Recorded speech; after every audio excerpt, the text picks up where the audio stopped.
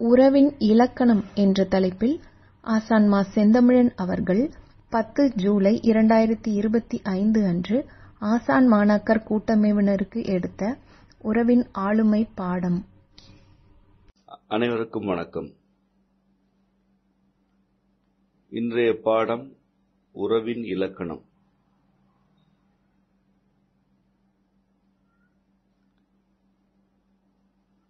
இதற்குரிய மறைமொழியினை முதலில் கூறுகிறேன். பின்னர் படிப்படியாக விளக்கங்களுக்குள் புகுவோம். உளப்பகிர்வு, உற்றிருத்தல், நிகராமை இவை மூன்றொடு ஓம்பலும் ஒல்லுறன் நோக்கலும் இலக்கணமாகும் உறவுக்கே.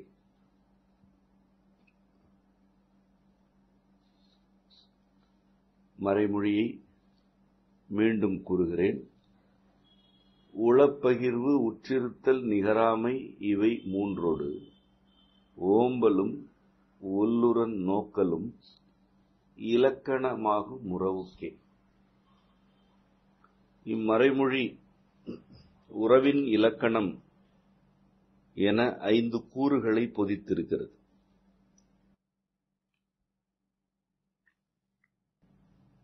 உளப்பகிர்வு, உற்றிருத்தல், நிகராமை, ஓம்பல், ஒல்லுறன் நோக்கல். 5ஆம் கூறினை நோக்கம் என கொள்ளலாம். ஆயினும் அது ஒல்லுறன் நோக்கல் என்ற ஆழ்ந்த கருத்தினை கொண்டது.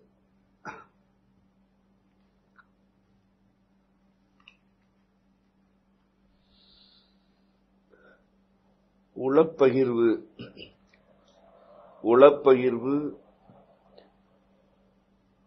உறவு அமைப்பதற்குரிய முதல் நிலை. உறவு எனப்படுவதே மாந்தர் எனப்படும் 6ஆம் அறிவு கொண்ட உயிரின கூட்டத்திற்கு மட்டுமே உரித்தானது. பிற உயிரினம் உறவு எனும் சொல்லுக்கு முழு பொருத்தத்துடன் இல்லை.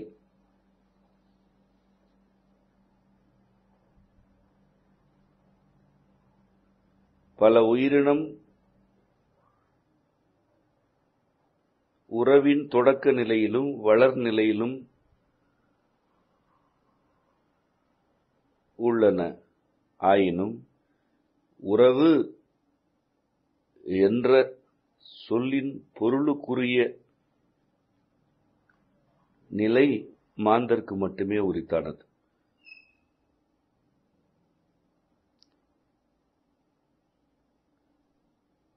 உறவின் வளர்ச்சி போக்கில் மற்ற உயிரினம் இருப்பதை யாவரும் காண இயலும். ஆயினும் வளர்ந்த நிலையில் முதிரும் தன்மையுடன் நிறைவாகும் இயல்புடன் உறவில் இருப்பது மாந்தர் எனும் உயிரினம் மட்டுமே. ஆதலால் உளப்பகிர்வு உறவின் முதல் நிலையாக இருக்கிறது. உளம் எனப்படுவதே மனதின் ஒரு நிலைதான். மாந்தருக்கு மட்டுமே உள்ளம் என்று அழைக்கப்படும் உளம் உண்டு. அது மனம் எனும் புலத்தின் ஒரு நிலை. அதாவது மனதில் உள்ளம் இருக்கிறது.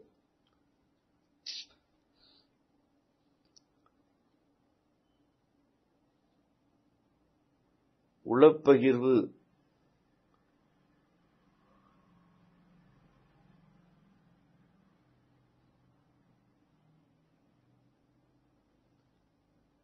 உறவின் முதல் கூறு என ஏன் கூறப்படுகிறது?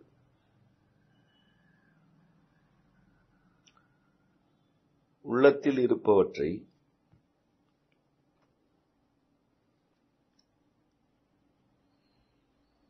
பகிர்ந்து கொள்ளல்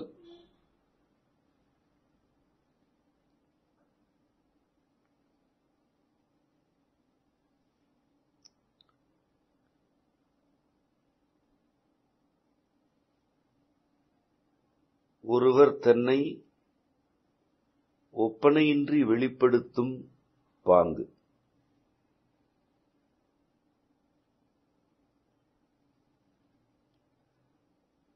முகத்துக்கும் உடலின் பிற உறுப்புக்கும் ஒப்பனை செய்வது உடன் இருப்பவர்களுக்கு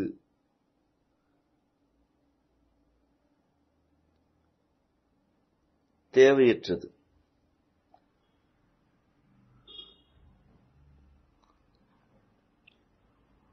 உடன் இருப்பவர்கள் யாவராயினும் அவர்கள் ஒருவருக்கொருவர் ஒப்பனையற்ற முகத்தை இயல்பாக காணும் வாய்ப்பு கொண்டோர். அவ்வாறு ஒப்பனையற்ற தன்மையை கண்டும் அதனை அவ்வாறே ஏற்றுக்கொண்டிருப்பதுதான் இன்றியமையாத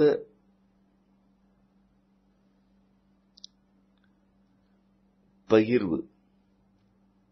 நான் எவ்வாறு இருக்கிறேன் என்பதனை அவ்வாறே உனக்கு வெளிப்படுத்துகிறேன் என்பதுதான் பகிர்வு ஆகும்.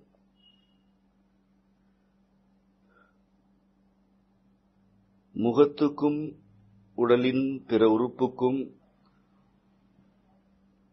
ஒப்பனை செய்து அதன் வழியாக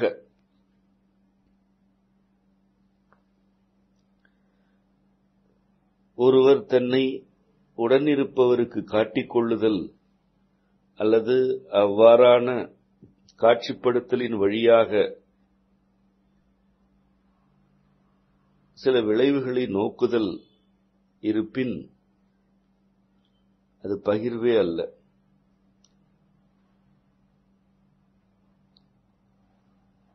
ஒப்பனைகள் இருப்பினும் இல்லை என்றாலும் நீ யார் என்பதனை நான் அறிகிறேன், அதனை அவ்வாறே ஏற்கிறேன் என்பதுதான் பகிர்வு எனும் சொல் கொண்டுள்ள பொருளின் ஆழ்ந்த கருத்து. ஒன்று பகிரப்படுகிறது எனில் அது ஏற்கப்படுகிறது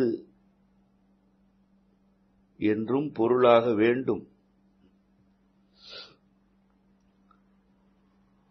அது மறுக்கப்படுகிறது என்றாலும் பகிர்வு ஒப்பனையற்றதாக இருக்க வேண்டும்.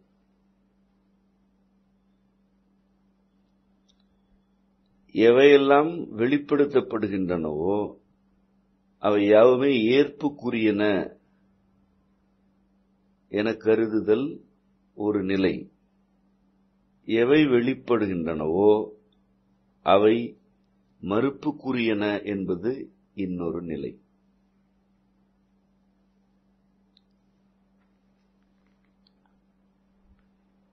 இவ் இரண்டையும் ஒருங்கே கொள்ளுதல் பகிர்வு. இதற்குரிய மறைமொழி ஏற்பும் மறுப்பும் பகிர்வின் ஈர்ப்பே.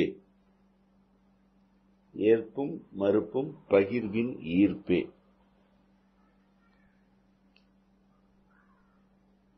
பகிர்வு ஈர்த்து கொண்டே இருக்கிறது. அது ஏற்பு மறுப்பு ஆகியவற்றை ஈர்த்து கொண்டிருக்கிறது. ஒருவர் தன்னை, தன் உள்ளத்தை, அதில் உள்ள கருத்துக்களை மற்றவரோடு பகிர்கிறார். இன்னொருவர் அதனை உள்வாங்குகிறார். அவ்வாறு உள்வாங்குகையில் அவருடைய மனம்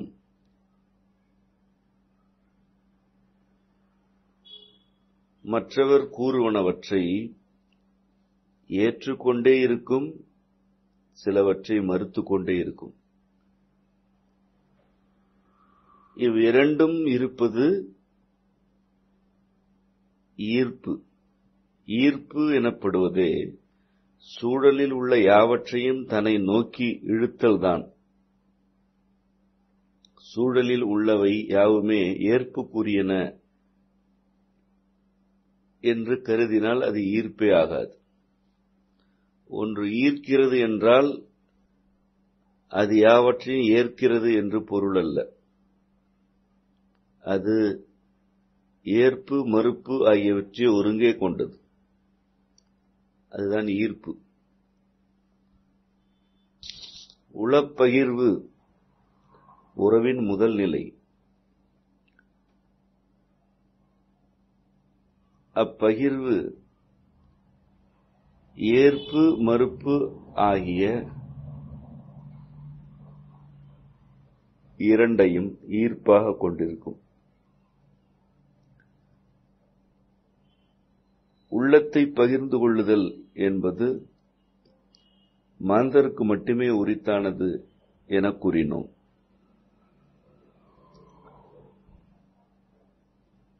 மனம் ஆறாம் அறிவு. மனம் எனும் புலத்தின் உள்ளே உள்ளம் இருக்கிறது. உள்ளத்தில் உணர்ச்சி, எண்ணம், நினைவு, அறிவு ஆகியன உள்ளன. ஒருவர் தன்னுடன் இருப்பவரிடம் தன் உணர்ச்சி, நினைவு, எண்ணம், அறிவு ஆகியவற்றை அப்படியே வெளிப்படுத்துகிறார் என்றால் அது நிறைவான பகிர்வு. இவ்வாறு வெளிப்படுவனவற்றை மற்றவர் ஏற்பு மறுப்பு ஆகியவற்றை கொண்டு ஈர்த்துக் கொண்டே இருக்கிறார். அப்பகிர்வினை அவர் தடுக்கவில்லை. அப்பகிர்விலிருந்து அவர் எதனையும்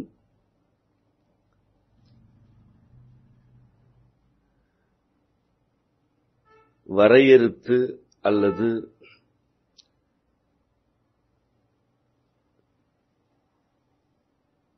மதிப்பீடு அளித்து நிலைநிறுத்தவில்லை என்றால் அவர் ஈர்த்துக் கொண்டே இருப்பார். ஒருவர் சூழலில் உள்ள பிறரோடு உறவாட வேண்டும் என்றால் இம்முதல் நிலை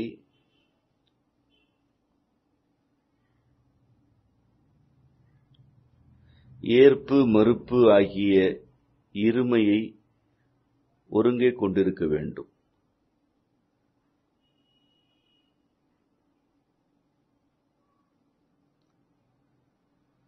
உறவாட எண்ணுவோர் அல்லது விரும்புவோர் தம் உள்ளத்தினை பகிர்ந்து கொள்கிறார்கள். அதில் பல பல உணர்ச்சி, எண்ணம், நினைவு, அறிவு ஆகியன இருப்பது இயல்பு. எவையாயினும் அவற்றை ஈர்த்துக் கொண்டே இருத்தல் வேண்டும்.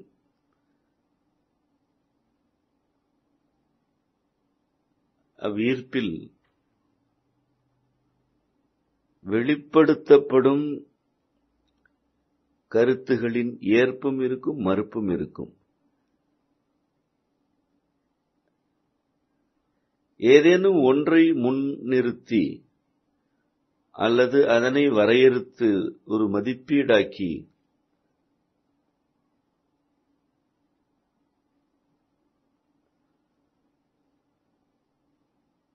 உளப்பகிர்வு எனும் முதல் கூறு அடைக்கப்பட்டால் உறவின் முதல் நிலையே முறிந்து போகும்.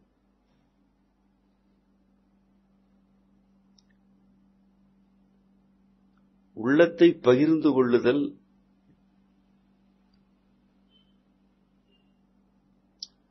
மாந்தருக்கு உள்ள அடிப்படையான உறவாடும் இயல்பு. உள்ள பகிர்வுதான் உறவுக்கே அடிப்படை என்பதுதான் இம்மறைமொழியின் உட்கருத்து. அவ்வாறு உள்ளத்தை பகிர்ந்து கொள்ளுதல் ஒப்பனையற்றதாக இருக்க வேண்டும்.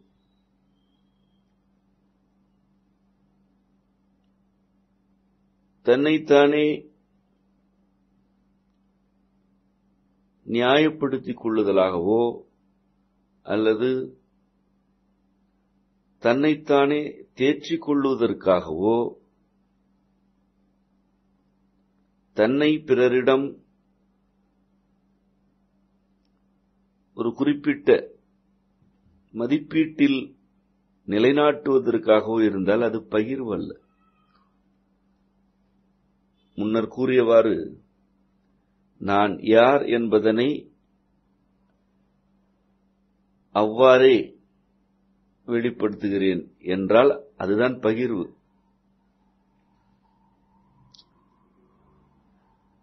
ஒன்று பகிர்ந்தளிக்கப்படுகிறது என்றால் அது எவ்வாறு இருக்கிறதோ அவ்வாறுதான் பகிரப்படும். இல்லாதவற்றை பகிர்ந்தளிக்க இயலாது. உள்ளத்தில் இருப்பவற்றைத்தான் பகிர்ந்து கொள்ள வேண்டும்.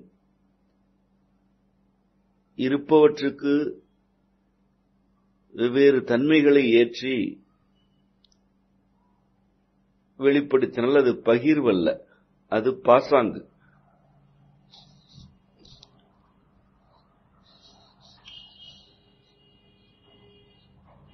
ஒருவர் தன் உள்ளத்தில் இருப்பவற்றை பாசாங்குடன் வெளிப்படுத்துகிறார் எனில்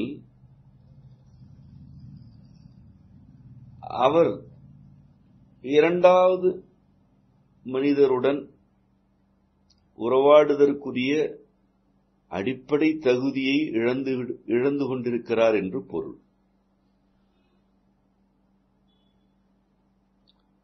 யாரேனும் ஒருவரிடமாவது ஒவ்வொருவரும் பாசாங்கற்று தன்னை பகிர்ந்து கொள்ளுதல் வேண்டும்.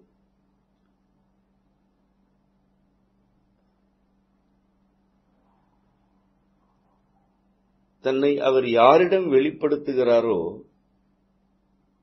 அந்த இரண்டாம் மனிதர்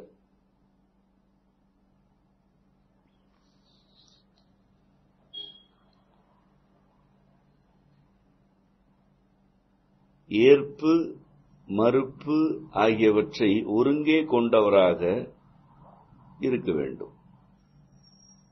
இவ்வாறான இருவருக்கிடையே அமைவது உறவு. ஏற்பும் மறுப்பும் பகிர்வின் ஈர்ப்பே என்பது மறைமொழி. பகிர்வுக்கு உரிய இலக்கணம் ஏற்பு மறுப்பு ஆகியன பகிர்வின் ஈர்ப்பு எனப்படுவது. ஏற்கனவே கூறியவாறு எது ஈர்க்கிறதோ அது ஏற்பு மறுப்பு ஆகியவற்றை ஒருங்கேதான் கொண்டிருக்கும். ஈர் எனும் சொல்லே இருமையை குறிப்பதுதான், இருமையை ஒருமையாக்குவதுதான், அல்லது ஒருமையை இருமையாக்குவது. இந்த இரண்டும் ஈர். ஈர் எனும் சொல்லில் இருந்துதான் இரு இரண்டு ஆகிய அளவுக்குரியன பிறந்தன. ஒன்று ஈர்ந்து பிளந்து இரண்டாகிறது. ஒன்று ஒன்று இருக்கிறது, அது ஈர்ந்து இரண்டு என்றாகிறது. அவ்வாறே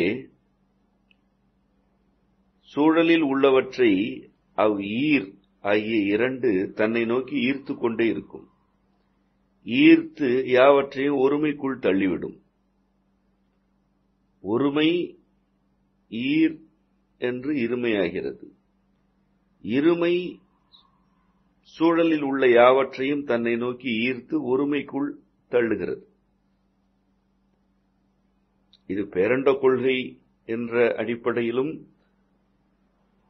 ஈர்ப்பு என்றாகிறது. மாந்த உறவுக்கும் இதுதான். ஒருவர் இன்னொருவரை ஈர்க்கிறார் என்றால் அந்த இன்னொருவருடைய உள்ள பகிர்வில் எவற்றையெல்லாம் ஏற்கிறோம், எவற்றையெல்லாம் மறுக்கிறோம் எனும் தெளிவுடன், அதேவேளை அவற்றை குறித்த மதிப்பீட்டு நிலைநாட்டங்கள் இல்லாமல் இருந்தால் அவர்தான் ஈர்ப்பார். உள்ளம் பகிரப்படும் போது ஒவ்வொன்றின் மீதும் ஏற்பு அல்லது மறுப்பு ஆகியன விதிக்கப்பட்டால் பகிர்வு நின்று போகும். பகிர்பவர் அல்லது பகிர்வோர் ஒன்று அதனை நிறுத்திக் கொள்வர் அல்லது ஒப்பனை செய்து கொள்வர். அத்தோடு உறவு முறிந்து போகும். பகிர்தல் கூட இல்லை என்றால் அதனை உறவு என்று அழைப்பது பெரும் பொய். உள்ள பகிர்வுக்கே வழியில்லை எனும்போது வேறு எப்பகிர்வுக்கும் வாய்ப்பில்லை என்பது எளிதில் விளங்கிக் கொள்ளத்தக்க எளிமையான உண்மை. ஆகவேதான் உளப்பகிர்வு முதல் நிலையாக, முதல் கூறாக உறவின் இலக்கணத்தில் உள்ளது. உற்றிருத்தல் இரண்டாம் கூறு. உற்றிருத்தல் என்பது மாந்த ஆக்கை கொள்ளும் நெருக்கம் அல்லது அண்மிப்பை குறிக்கிறது. உளப்பகிர்வு உள்ளத்தின்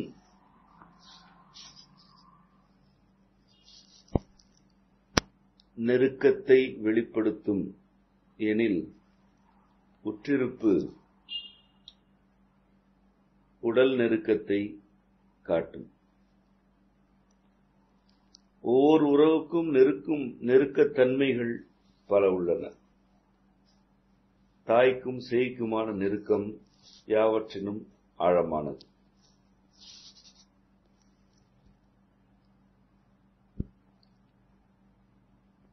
தோழமை நெருக்கம் வேறு.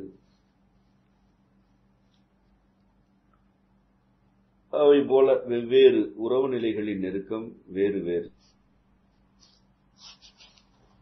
எந்நிலை உறவாக இருப்பினும் அந்நிலைக்குரிய நெருக்கம் உற்றிருத்தல் ஆகும். அது உற்று இருத்தல் எனப்படுகிறது. உற்றல் என்றாலே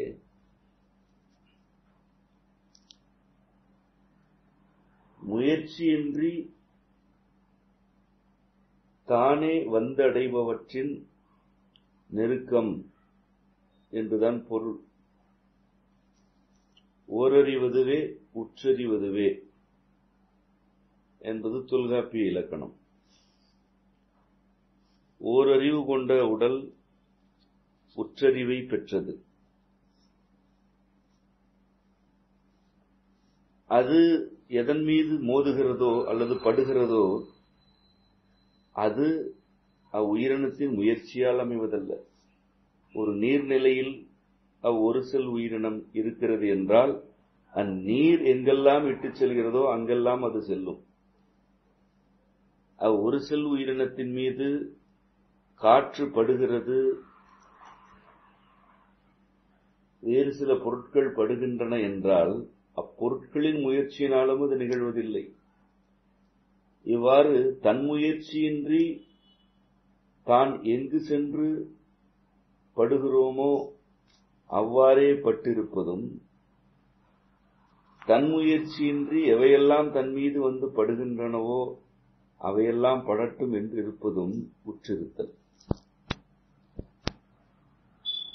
உற்றிருப்பு ஒன்று தன்முயற்சி இன்மையையும், இரண்டாவது உடல் நெருக்கத்தினையும் குறிப்பது. உறவில்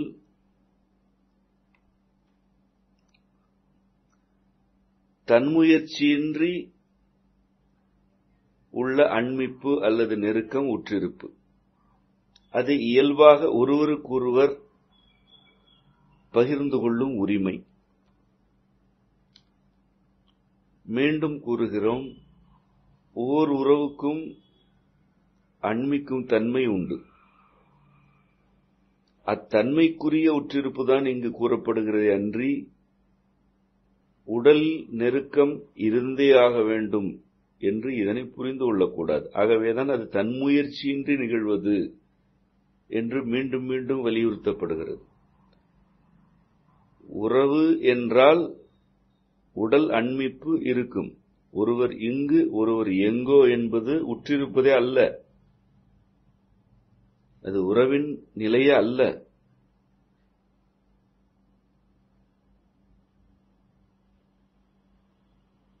தொலைவில் இருந்து கொண்டுதான் காண இயலும் அல்லது தொலைவில் தான் இருந்து எண்ணிக்கொண்டிருக்க இயலும் என்றால் அதெல்லாம் உறவல்ல.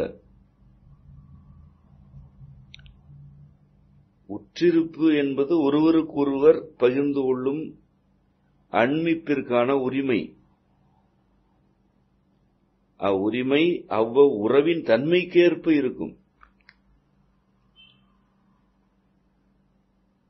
மழலை தன் தாயிடம் எவ்வாறு இருக்கிறதோ அவ்வாறு அம்மழலை பெற்ற தந்தையால் கூட அவ்வன்மிப்பை பெற இயலாது.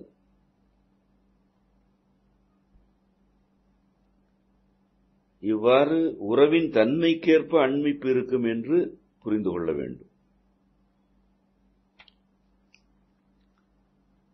பொருத்தம் விளக்கம் உற்றலின் ஈர்ப்பு என்பது இந்த இரண்டாம் நிலைக்குரிய இலக்கணம். உற்றலுக்கு உரிய இலக்கணம்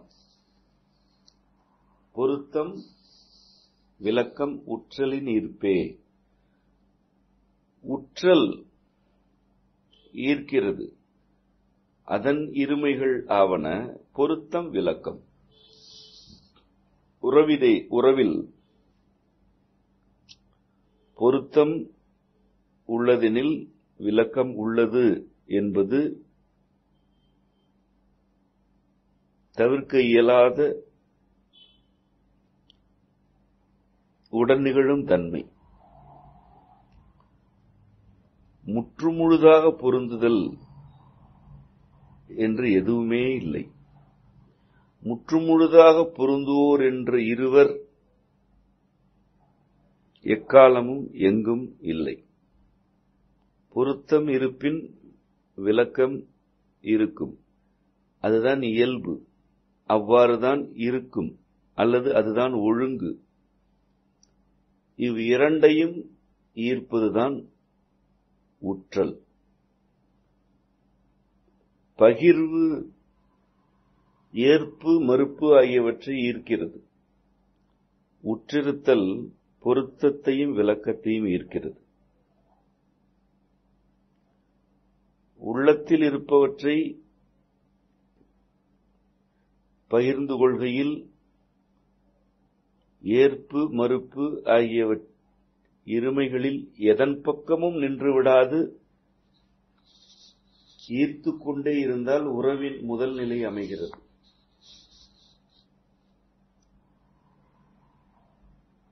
ஒருவேளை அப்பகிர்வினை ஏற்கவே இயலவில்லை என்றால் என் நிலை வரை ஈர்ப்பு இருந்ததோ அந்நிலை வரைக்குமான உறவு இருக்கிறது.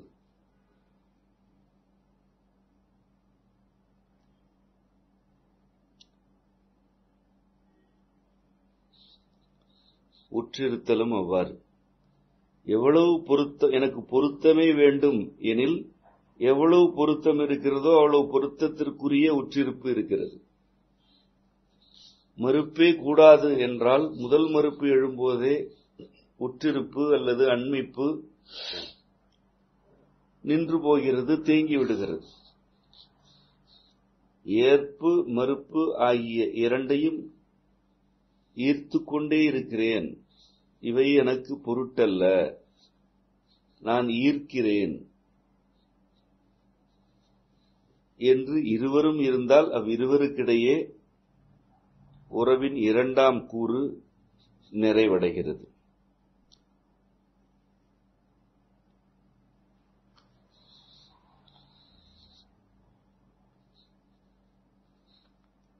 பொருத்தத்தினை அல்லது விளக்கத்தினை உறவில் இருப்பவர் இருவருமே புரிந்து கொண்டு அவற்றை ஏற்க வேண்டும் என்பதுதான் கருத்து. எவ்வளவு பொருத்தம் இருக்கிறதோ அவ்வளவை ஏற்றல், எவ்வளவு விளக்கம் இருக்கிறதோ அதனையும் ஏற்றல்.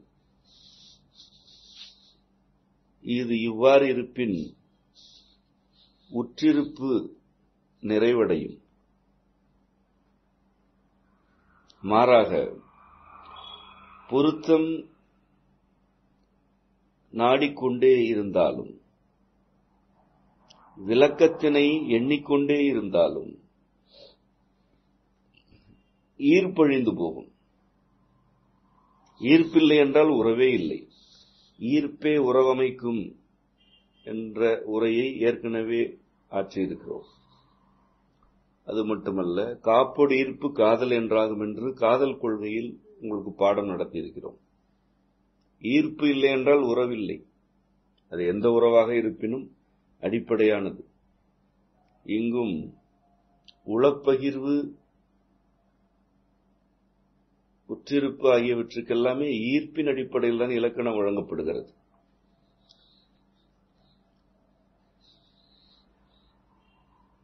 இவ்வாறு பொருத்தத்தினையும் விளக்கத்தினையும் பொருட்படுத்தாமல் ஈர்ப்புடன் இருக்க இயன்றால் அது உறவு.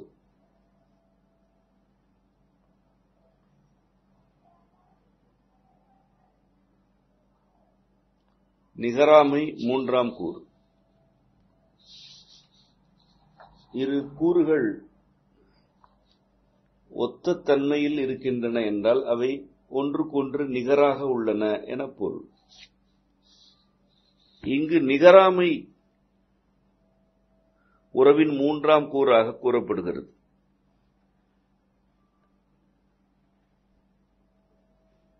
இருவர் உறவாடுகையில்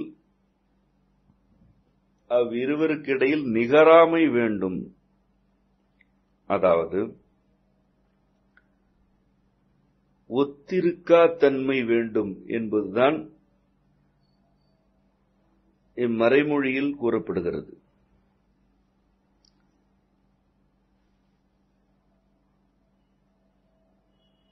முற்றுமுழுதாக ஒன்றைப் போல் இன்னொன்று இருக்கிறது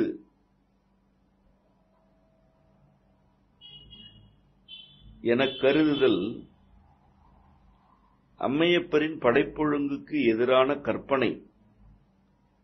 இப்பேரண்டத்தில் ஒன்றை முற்றுமுழுதாக ஒத்திருக்கும் இன்னொன்று இல்லை.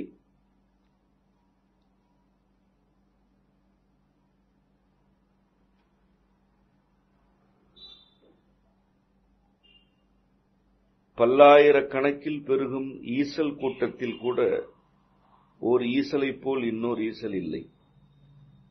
நுண்ணிய வேறுபாடுகளுடன் தான் எறும்புகளும் தேனீக்களும் வேறு பல சில்லுயிரிகளும் படைக்கப்படுகின்றன.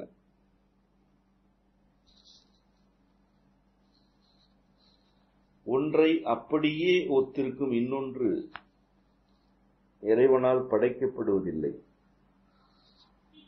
ஏனெனில்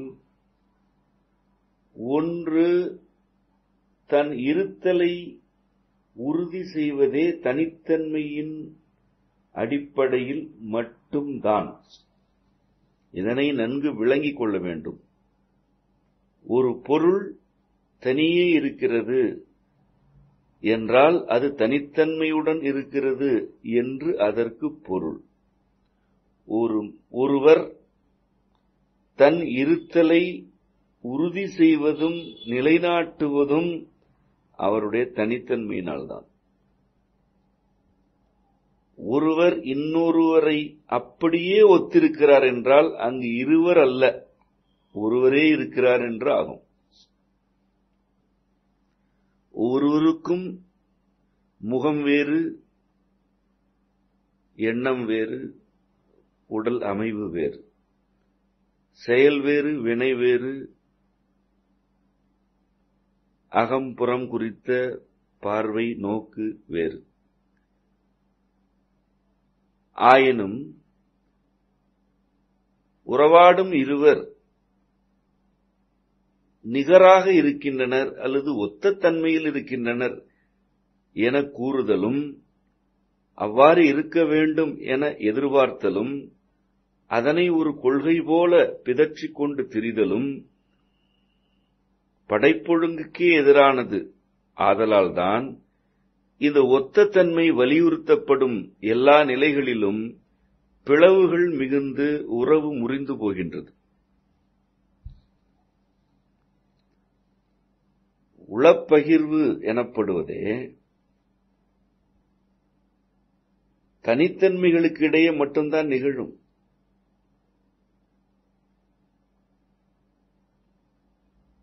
நீரும் எதையும் பகிர்ந்து கொள்ளாது.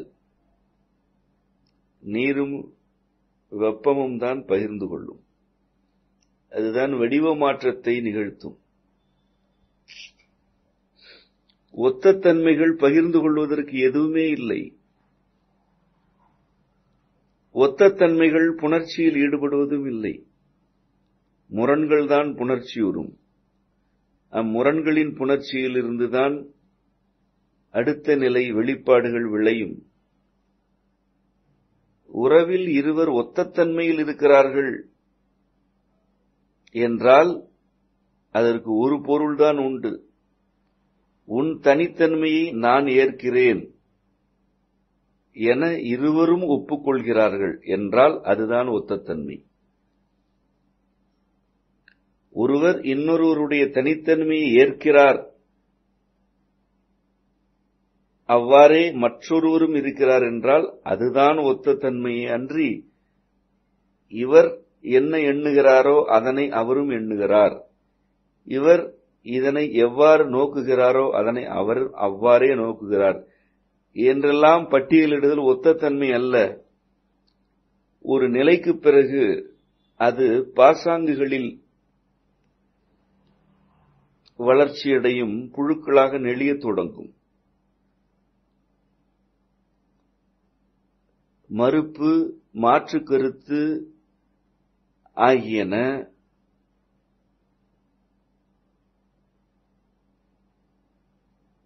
ஏற்கப்படா நிலை வந்து சேரும். எவரும் எவருக்கும் நிகரில்லை என்பது எளிமையான உண்மை. ஆனால் இங்கே நிகராக இருப்பதுதான் உறவு என்ற கற்பிதம் வளர்த்தெடுக்கப்பட்டிருக்கிறது. அதன் விளைவாக வலு குறைவானவர்களுடைய தனித்தன்மைகள் அடித்து நொறுக்கப்படுகின்றன. அவர்கள் தம் தனித்தன்மைகளை வெளிப்படுத்தாமல் வலுவானவர்களிடம் மண்டியிடுகிறார்கள். ஆயினும் வெளியே தோளில் கை போட்டுக் கொண்டு நிகராக இருப்பது போல பாசாங்கு செய்து கொள்கிறார்கள். எவரும் எவருக்கும் நிகரில்லை.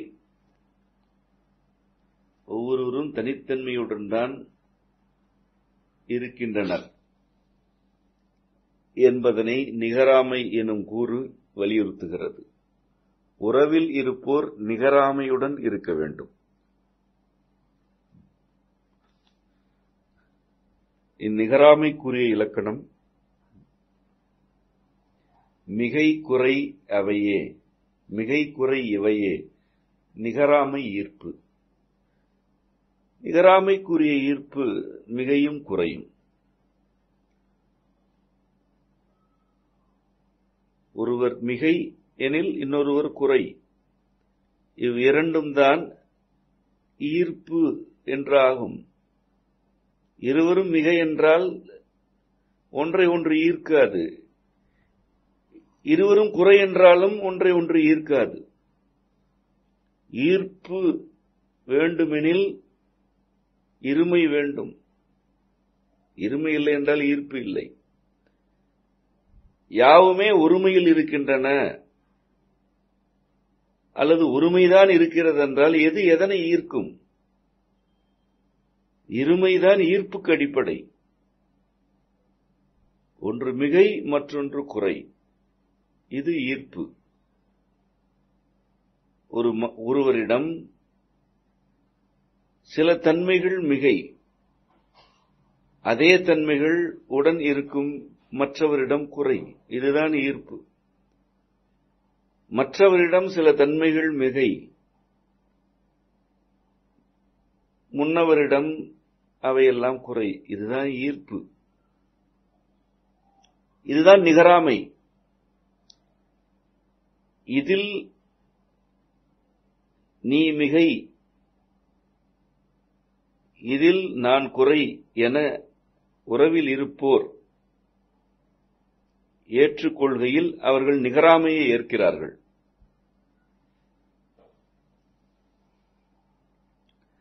இதில் நீ மிகையாக இருக்கிறாயா, நானும் மிகையாகி காட்டுகிறேன் என துணிந்தால் எவ்வளவு துணிவு அதில் ஈடுபடுத்தப்படுகிறதோ அவ்வளவிற்கு உறவு சிதையும்.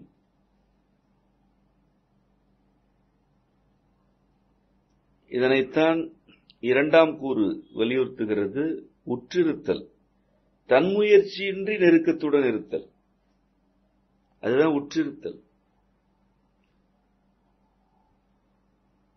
ஒருவரை நெருங்க வேண்டும் என்பதற்காகவோ அல்லது ஒருவரை வென்று காட்ட வேண்டும் என்பதற்காகவோ தன் குறையை, தன்னிடம் இயல்பாக உள்ள குறையை மிகையாக்கிக் கொள்ள வேண்டும் என விழைந்தால் அதில் அவர் வெற்றியடையலாம். ஆனால் அது உறவை சிதைக்கும்.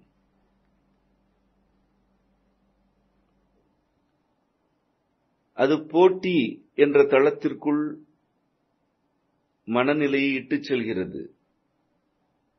போட்டி என்ற மனநிலையின் தொடக்க புள்ளி விழுந்துவிட்டால் கூட உறவு பொசுங்கி போகும். அது சிறு கங்கு. உறவெனும் பெருங்காட்டை போட்டி எனும் அக்கங்கு பொசுக்கி ஒருபிடி சாம்பலாக்கிவிடும்.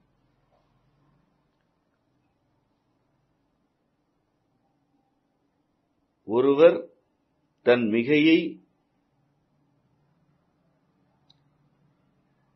மற்றவருடைய குறையோடு பொருத்தி தாழ்த்தி கூறுதல்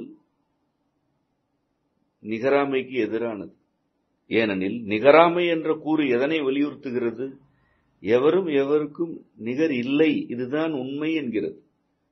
அதுதான் உண்மை எனில் ஒருவர் மிகையாக இருத்தல் அவருக்குரிய பெருமை என்று ஆகிவிடுகிறது.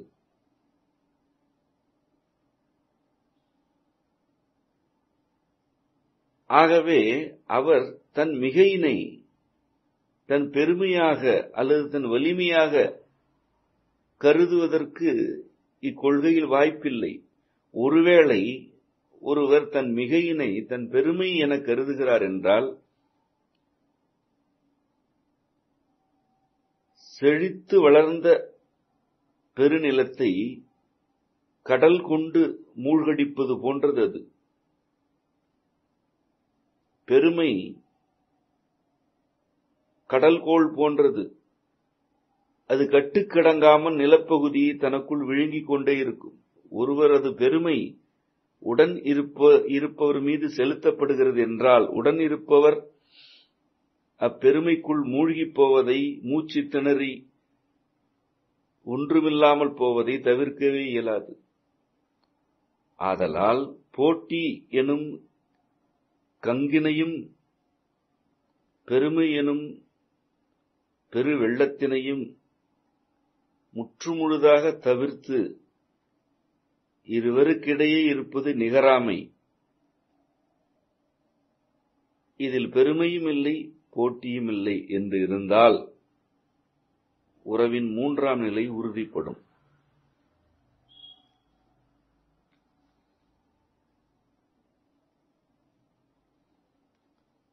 ஓம்பல் நான்காம் நிலை.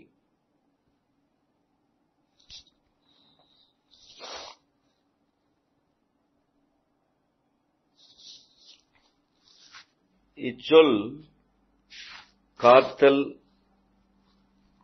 பேணுதல் எனும் பொருள் கொண்டது. உறவில் இருப்போர் ஒருவரை ஒருவர் பேண வேண்டும், காப்பாக இருக்க வேண்டும். முன் மூன்று நிலைகளும் நிறைவடைந்து விட்டால் இந்நான்காம் நிலைக்கு விளக்கமே தேவையில்லை. ஒருவர் தன் உள்ளத்தினை பகிர்ந்து கொள்கிறார், அது ஈர்க்கப்படுகிறது.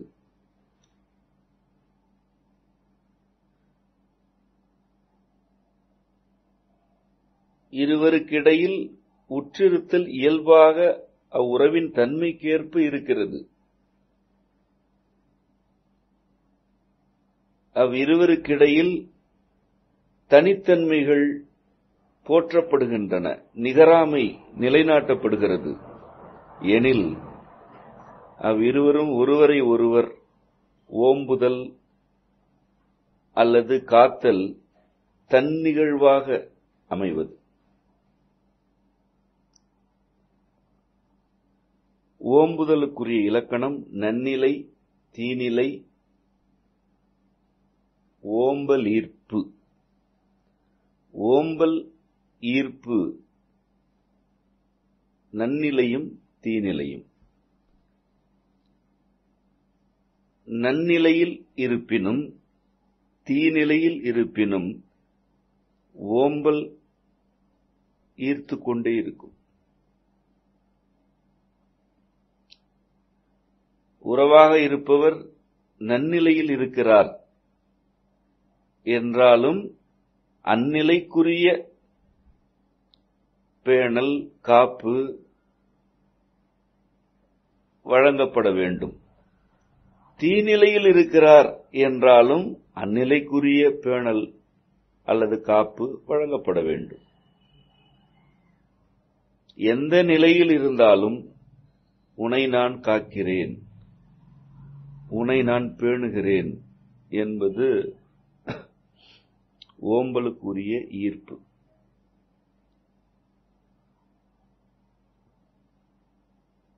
திருப்புன்கூர் கோயிலில் அப்பரடிகள் இயற்றிய பதிகம் பிறவாதே தோன்றிய பெம்மான் தன்னை பேணாதார் தம்மை பேணான் தன்னை என்று தொடங்குகிறது. இது ஒரு ஆழ்ந்த மறைவிளக்கத்துக்குரிய கருத்து. இறைவன் பிறவாமல் தோன்றிவிடுகிறான். அவன் உணர்வாக, உணர்வின் நிகழும் காட்சியாக தோன்றுகிறான். அதுதான் பிறவாதே தோன்றிய பெம்மான் என்பதற்குரிய அடிப்படை பொருள். உணர்ந்தோர் அவனை மனக்கண்ணில் காட்சியாகத்தான் காண்கின்றனர். அவ்வாறு அவர்கள் காட்சியாக காண்பதனால் அவன் பிறந்து விட்டான் என்றாகாது. பேணாதார் தம்மை பேணான் தன்னை என்பது இரண்டாவது அடி. இறைவன் தன் படைப்புகளை எவர் பேணவில்லையோ அவர்களை காப்பதில்லை என்று அதற்கு பொருள். பேணாதார் தம்மை பேணான் என்பது யாரை பேணவில்லை என்றால் இறைவன் அவர்களை காப்பதில்லை. இறைவனை யாரும் பேண வேண்டியதில்லை, அவன் பிறப்பதே இல்லை. பிறவாத ஒருவனை யாரும் பேண இயலாது. பேணாதார் எனப்படுவோர் யாவர்? இறைவன் எவ்வாறு பிறவாது தோன்றுகிறானோ அவ்வாறு இறைவனின் வெளிப்பாடுகளாக தோற்றமளித்துள்ள பொருட்களை, உறுப்புகளை பேணவில்லை என்றால் அவர்களை இறைவன் பேணுவதில்லை என்று பொருள். பேணல் எனும் சொல் அவ்வளவு இன்றியமையாதது.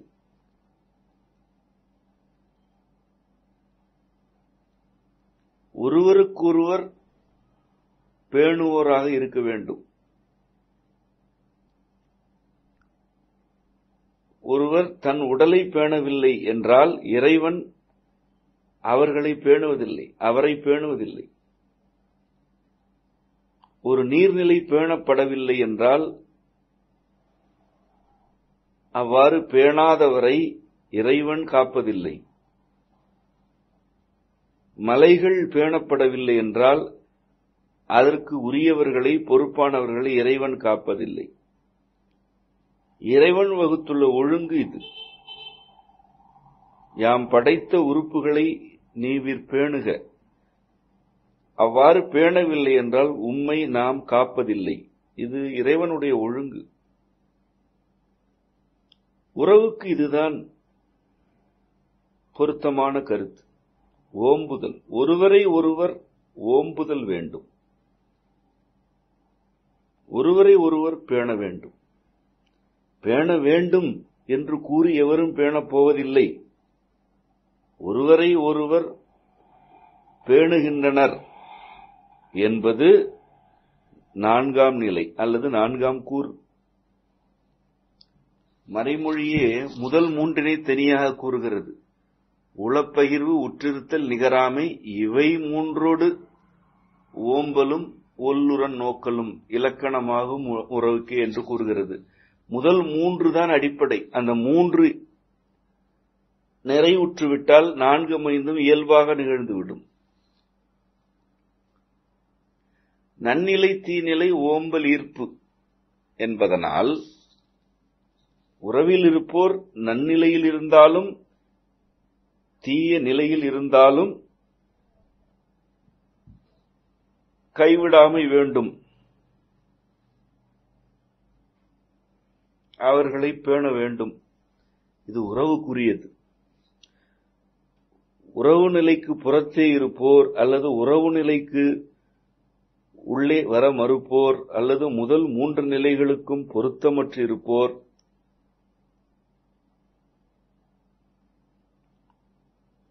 தன்னை எவரும் பேணவில்லை என்று கதறினால், அழுது அரற்றினால் நிகழ்வது எதுவும் இல்லை. பேணாதார் தம்மை இறைவனே பேணுவதில்லை. ஆதலால் உறவின் முதல் மூன்று கூறுகளை விட்டு விலகியோர் தன்னை பேணுவதற்கு எவரும் இல்லை என்று அரற்றுவதனால் ஆவது ஏதுமில்லை.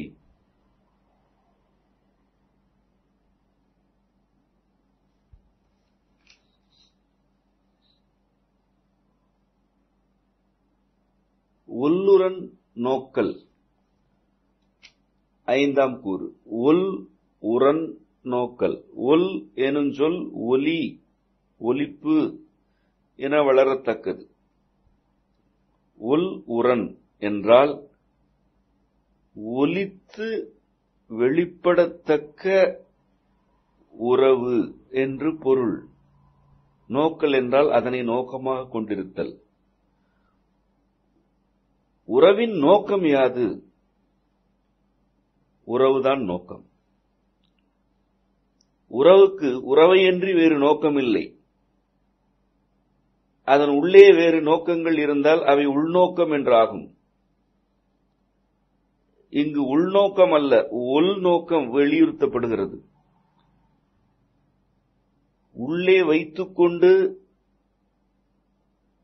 அவ்வாறு உள்ளே இருப்பதை மறைத்து பேசுதல் பழகுதல் உறவே அல்ல. ஏனெனில் முதல் கூறே உளப்பகிர்வு வேண்டும் என்கிறது. உளப்பகிர்வு இருந்தால்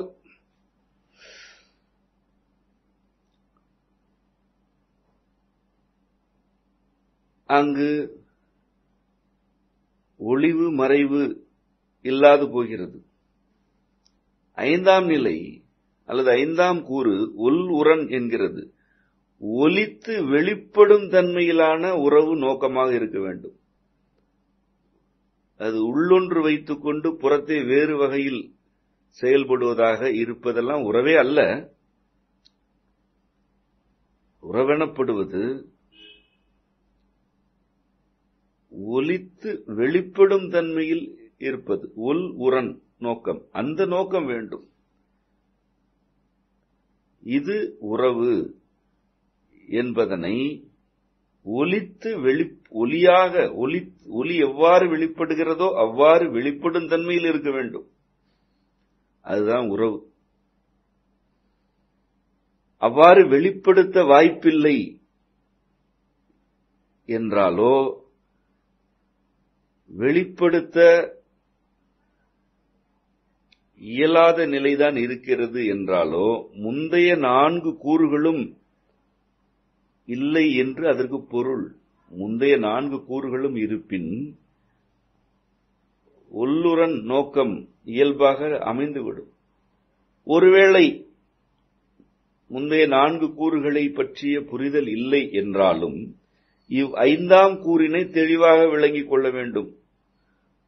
ஒன்று உறவு எனில் அது உள்உறன் நோக்கல் கொண்டிருக்க வேண்டும்.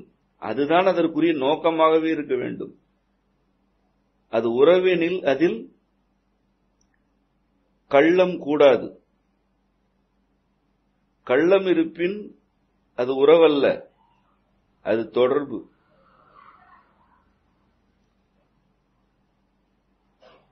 யாவற்றையும் வெளிப்படையாக கொண்டிருக்க வேண்டும் என்பது இதன் கருத்தல்ல.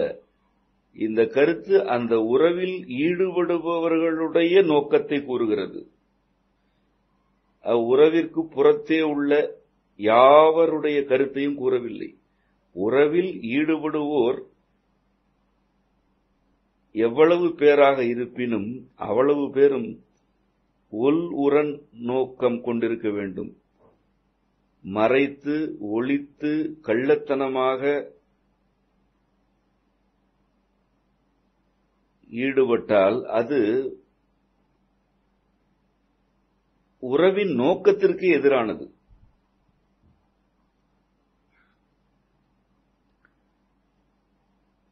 உள்ளுறன் நோக்கம்தான் உறவுக்கே நோக்கம். மீண்டும் கூறுகிறேன், யாவருக்கும் இதனை வெளிப்படுத்த வேண்டும் என்பது நோக்கமல்ல. உறவில் ஈடுபடும் இருவருக்கு இதனை ஒளித்து வைக்க வேண்டும் என்ற எண்ணம் இருக்கக்கூடாது.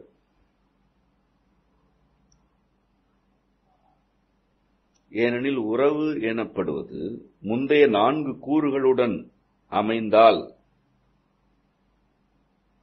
அது அம்மையப்பரால் அருளப்படுவது. அவ்வருள் ஒல்லென ஒலிக்க வேண்டுமே அன்றி கள்ளென மறைத்து வைக்கப்படுவதற்கு உரியது அன்று.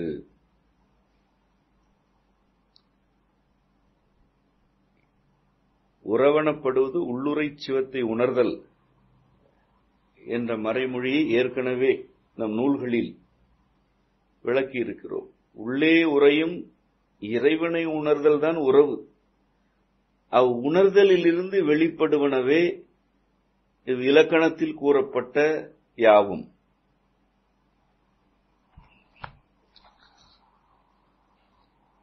முன்னான் கூறும் இருமை ஈர்த்து ஒருமை கோளும் ஐநிலை நோக்கம் உறவெனும் ஒருமை ஓர்மை நோக்கும்.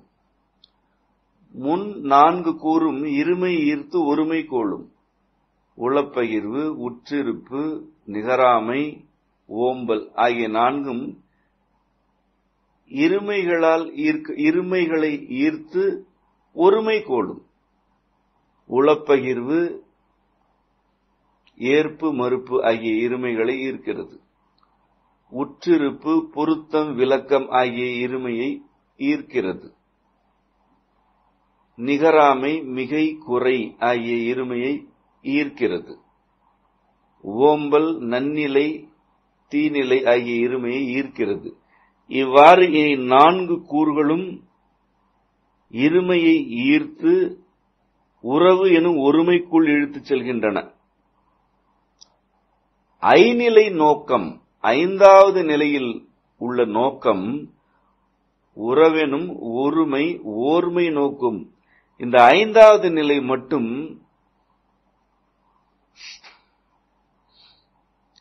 உறவு எனும் ஒருமையை ஓர்மையை நோக்கி அழைத்துச் செல்லும். அதாவது ஒல்லுறன் நோக்கல் என்பது 5வது நிலை. அதனை விளக்கினோம். இதில் இருமையே இல்லை. முந்தைய 4லும் இருமைகள் உள்ளன. அவை ஒருமைக்கு உட்படுத்தப்பட வேண்டும். அந்த ஒருமையே உறவுதான். உறவு எனும் ஒருமைக்குள் வர வேண்டும் என்பதற்காக ஒவ்வொன்றிலும் இருமைகள் வழங்கப்பட்டிருக்கின்றன. 5வது நிலைக்கு இருமையே இல்லை, ஒருமை மட்டும்தான் இருக்கிறது. அந்த ஒருமை என்ன? நம் உறவு ஒல் உரன் என்ற நோக்கத்தை கொண்டிருக்க வேண்டும் என்பது. இந்த ஒருமை ஓர்மையை நோக்கும். ஓர்மை எனப்படுவது ஒருமைக்கும் ஆழ்ந்த நிலை. அது இறைநிலை என்று கூறிவிடுதல் பொருத்தம். உறவு இவ்வாறு 5ஆம் நிலையில் நிறைவுற்று, அந்த நிலையிலும் அது ஆழப்படுமாயின் அவ்வுறவே இறைத்தன்மையை நோக்கி, இறைவனது ஓர்மை நிலை நோக்கி அழைத்துச் செல்லும்.